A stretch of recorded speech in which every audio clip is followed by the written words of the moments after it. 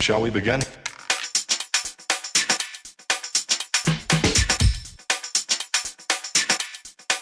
Let's begin now.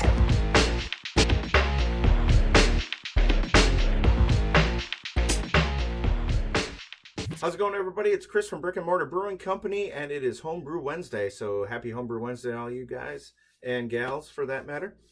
I have a beer review to get to, and I'm kind of rushing into it because the instructions say that it's a smooth drinking Vienna, heavy, clean, finished lager that begs to be poured into a frosty mug and crushed. Well, crushing, I don't know, 6.7%.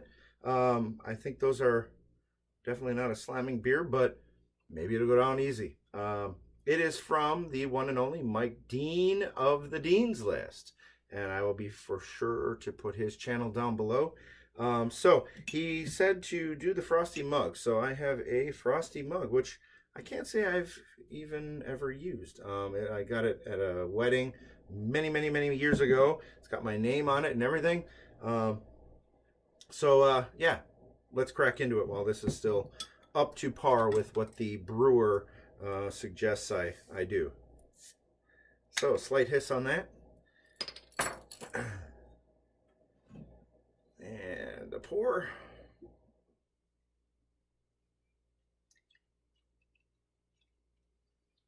Just gonna pour it all in.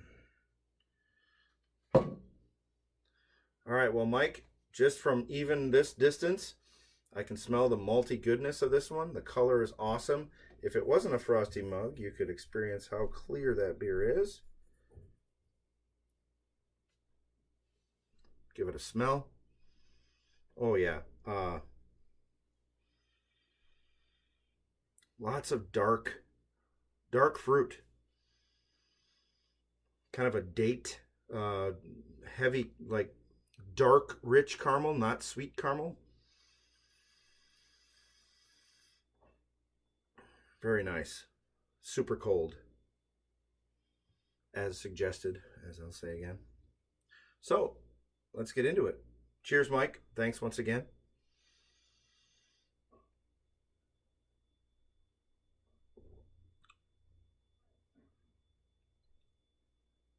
Wow.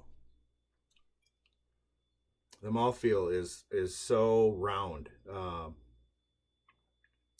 There's not a lot of carbonation to kind of lift it off your tongue, so you just get all of the flavor. And I'm not saying it's undercarbonated. I'm saying that the style is just super smooth.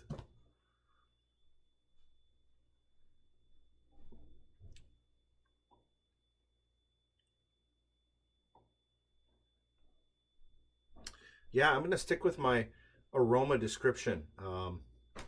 It smells exactly like what it tastes. I don't get a whole lot of yeast profile, I don't think.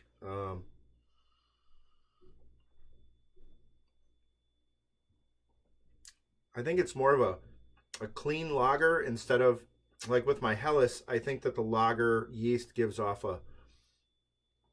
an not fruitiness, so to speak, but like an ester, but it's just, there's something about it that you can tell when it's a lager, even just by the aroma. And I don't get that on this beer. But it's very clean. You can tell that it's got that lager cleanliness to it.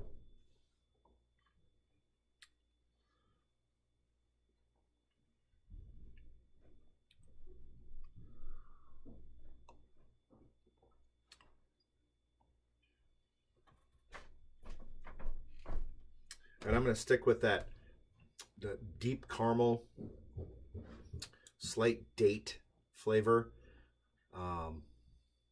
And the hops he used, I'm not sure, but that may attribute to some of that, but I'm not thinking so. I'm thinking he probably just had an early edition bittering hop to combat the sweetness. Yeah, really nice job, Mike. This is a great beer. I'm gonna actually give some of this to my wife. I think that she would appreciate this.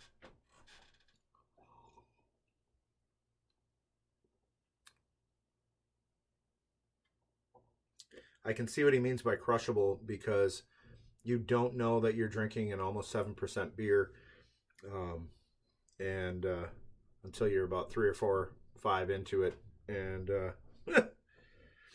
you're feeling mighty fine. So, yeah, definitely, great beer from Mike at the Dean's List. This is the first one of the 3 or 4 that he sent me that I'm trying, and I've heard so many things about his beers, so I was very grateful and appreciative that he sent me some. So, bravo, sir. Cheers to you, and thanks so much.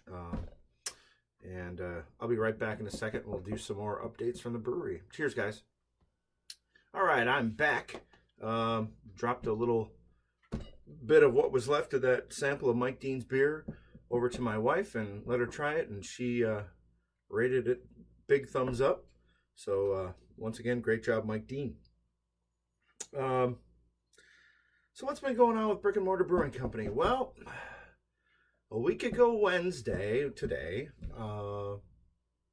I got to brew my winning Scotch Ale beer at Wisconsin Brewing Company, and we brewed a 40-barrel batch, which is a half batch for their system, but still, for a home brewer, it was pretty amazing to see that amount of product just flow from tank to tank in the process that it did. It's, obviously when you get to that size of a brewery, it's not very hands-on, so to speak. And so you basically watch a computer screen. You do have to load up the hop cans, because you can't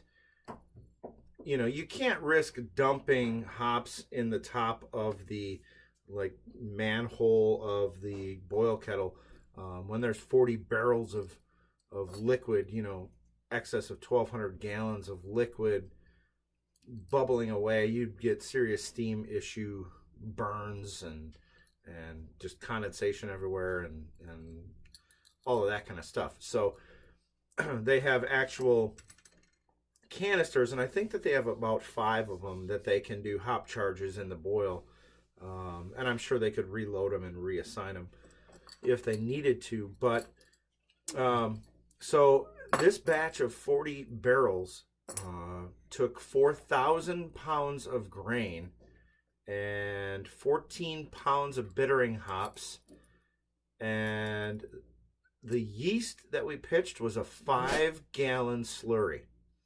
So way bigger ratios than I've ever used in my 8.5 years or 9 years of home brewing. So it was pretty awesome. Oh, that was my dog. She's standing here sneezing and begging for a tennis ball. So yeah, it was an amazing experience.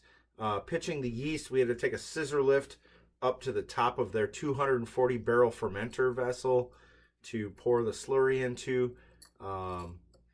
Yeah, it was just amazing. Hold on one second. I'm going to pause this and remove the pooch from the scene. Oh, I'm sorry. Come here. All right, I'm back. So as I was saying, we took a scissor lift up to pitch the yeast, and that was an experience in itself. Dumping 5 gallons of liquid into a fairly small access hole, and the scissor lift is swaying side to side. Nonetheless, just a small amount of spillage, probably less than 8 ounces, way less than 8 ounces, I would assume. So I didn't do too bad. But the gravity, it's going to be about a 9% beer, so it's going to be a nice warmer for the Scotch Ale that it is. So definitely looking forward to it. It's going to be out mid-July, late July, maybe early August. Hopefully it'll be at the Great Taste of the Midwest, which I kind of poked and prodded about. But the additional cool thing that's been happening now is that I'm getting regular updates, message updates from the brewery. Actually, the owner, brewer, Kirby, he's telling me that my tank is at 62.8 degrees, and he's telling me the gravity level as it ferments. So it's kind of exciting, that it's my tank at Wisconsin Brewing Company. So cheers to Kirby and Mike, the operations manager, and Clint, the other brewer on staff, and Rochelle. They're just an awesome crew of people at Wisconsin Brewing. Michelle, my wife, and I had a blast. Michelle is my wife. It wasn't Michelle, my wife, and I. We had a blast. It was a great brew day, and totally appreciate the ability to work with them. So I dropped off 2 bottles of my Hellas for Kirby and Clint. So hopefully I'll be getting some reviews from them soon too. On top of that, got my beers for my company golf outing, mini golf outing, I should say. Mini is in miniature. I have my black IPA with coffee. I have my pale ale. I have my, get ready for it, New England IPA, which the color is exactly what I was looking for. Everything just turned out wonderful. I hope Lou from Lou Brews, Ryan Lewis, appreciates and approves that. It is juicy. It's like a pineapple tangerine bomb.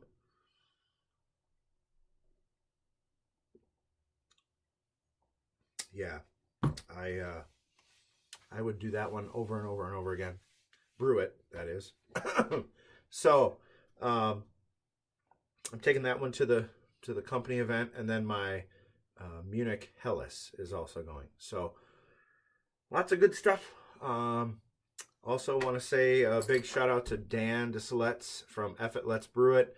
I succeeded in my first Chev goat cheese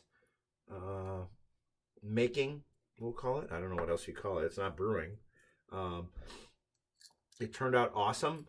It was ready to eat on Sunday, and 1.5 pounds by Wednesday is down to probably 1/4 pound. So it has been very well received by family and friends. So looking forward to what's next. On top of that,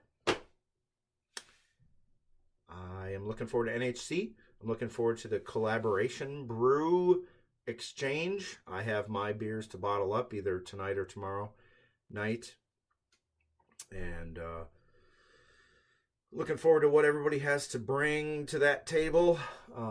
Josh Secor and I think did a good job. We didn't do the same recipes. We did the same style beer and the same outcome, and then obviously had different takes on it. So I don't know if it was exactly what the parameters were, but we're pretty close. I mean, it's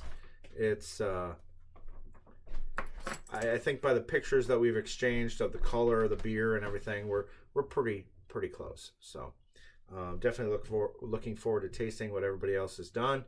I like all the smack talk and the almost all info, but not quite, that's been given on the videos, video updates. It's been really fun to hear everybody just gush over their own beers, and that's how it should be, right? So outside of that, once NHC is over with, which is going to be, I'm still not even sure what to expect. And I told my wife the same thing. I said, you better prepare. These guys are talking big games. So I'll hopefully be bringing samples of each of the beers that I'm taking to my company event, so that people that are going to NHC can experience those as well. And once that's all done, we're having a little gathering for a group that my wife is involved with. She wants to host a party for the support staff of that group. And so I'm going to brew 4 beers for that. Haven't totally nailed down exactly what I want to brew, but I know I want to get my Oktoberfest going so that, the last week in August, it's ready to go. I think that I want to do either a Saison or a Berliner Weiss with pineapple and raspberry. That's a combination that I've always loved. I don't know outside of that what I had talked about, but there are probably 2 other beers at least that I'll do for that, because I can't just do a 1 beer offering. That's just my issue, I guess we'll call it. So, besides that, guys and gals, thanks for watching. 112 subscribers. Holy crap. I mean, I don't feel like I'm doing anything special or outside the box to gain that kind of following in the short time that I've been doing this, but hopefully it keeps going, and I will for sure be adding to what I do. As soon as I have brew days or development in the basement, electric brewery project that's in the works, I'll be definitely shooting footage of that and including everybody. So cheers to all you guys and gals that think that what I'm doing is worth watching. I appreciate it. Until next time, keep that homebrew flowing, keep those ideas going, don't be afraid to try new things, and keep craft beer alive. Cheers, everybody.